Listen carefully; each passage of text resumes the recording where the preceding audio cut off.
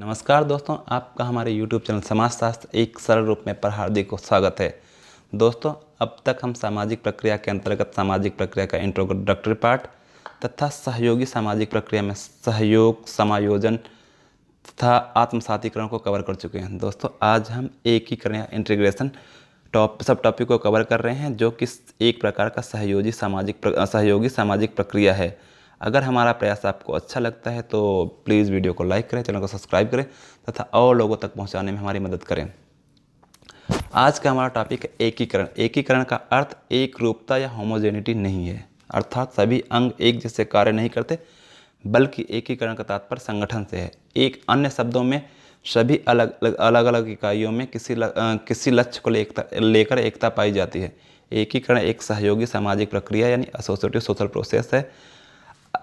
अगर हम समाज को एक एकीकृत इकाई या इंटीग्रेटेड यूनिट मान लें तो धर्म, परिवार, राजनीतिक व्यवस्था, अर्थव्यवस्था आदि सब उप इकाइयाँ हैं, जिनके एकीकरण या संयुक्तता के कारण ही समाज एक व्यवस्था के रूप में बना रहता है। चूँकि ये उप इकाइयाँ आपस में समरूप तो हैं नहीं, इसलिए यह कहा जा सकता है कि एकीकरण में भिन्नता की धारणा निहित है। इस तरह देखें तो एकीकरण एक प्रक्रिया तथा स्थिति या दशा दोनों को दर्शाता है। प्रक्रिया के संदर्भ में विभिन्न इकाइयों का क्रमिक रूप से धीरे धीरे एकीकरण हुआ है।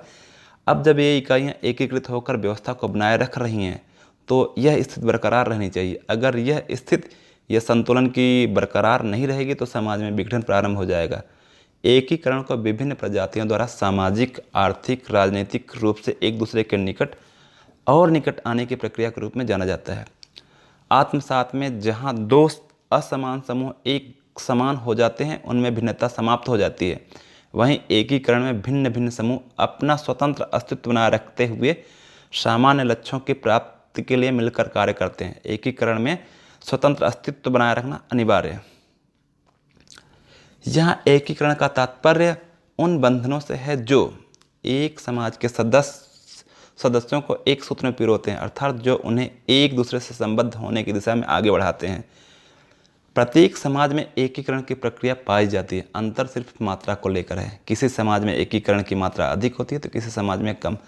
धातव्य यह हो कि पूर्ण एकीकरण किसी भी समाज में असंभव है। एकीकरण की परिभाषाएं आगमन एवं निम्न के अनुसार एकीकरण उन बंधनों को व्यक्त करता है जो सदस्य एक दूसरे के प्रति महसूस करते हैं। एकीकरण उन बंधनों को व्यक्त करता है जो सदस्य एक दूसरे के प्रति महसूस करते हैं। गिलिन एवं गिलिन के अनुसार एकीकरण समरूपता नहीं होकर संगठन है। भारतीय समाज में सामाजिक एकीकरण की प्रक्रिया सर्वोत्तम रूप में विद्यमान है, जिसमें हिंदू, मुसलमान, सिख, ईसाई, पारसी अपनी अपनी भाषाओं, अपनी अपनी भिन्नताओं के बावजूद ये महसूस करते हैं कि वे सब एक राष्ट्र के घटक हैं और उनसे मिलकर राष्ट्र निर्मित हुआ है। एकीकरण के कारण आगमन एवं निम्नकॉफ ने 3 कारकों का उल्लेख किया है जिस पर एकीकरण की मात्रा निर्भर होती है। पहला, समूह का आकार, साइज ऑफ द ग्रुप। यदि समूह का आकार बड़ा होगा तो एकीकरण कम होगा, यदि समूह का आकार छोटा होगा तो एकीकरण की मात्रा ज़्यादा होगी। समरूपता है होमोजेनिटी। यदि समाज में समरूपता होगी तो एकीकरण ज़्यादा होगा। अगर समाज में समरूपता कम होगी तो एकीकरण भी कम होगा। भौतिक गतिशीलता, तीसरा भौतिक गतिशीलता, फिजिकल मोबिलिटी। यदि समाज में भौतिक गतिशीलता ज़्यादा होगी तो एकीकरण कम होगा, यदि समाज में भौतिक गतिशीलता कम होगी तो एकीकरण ज़्यादा होगा।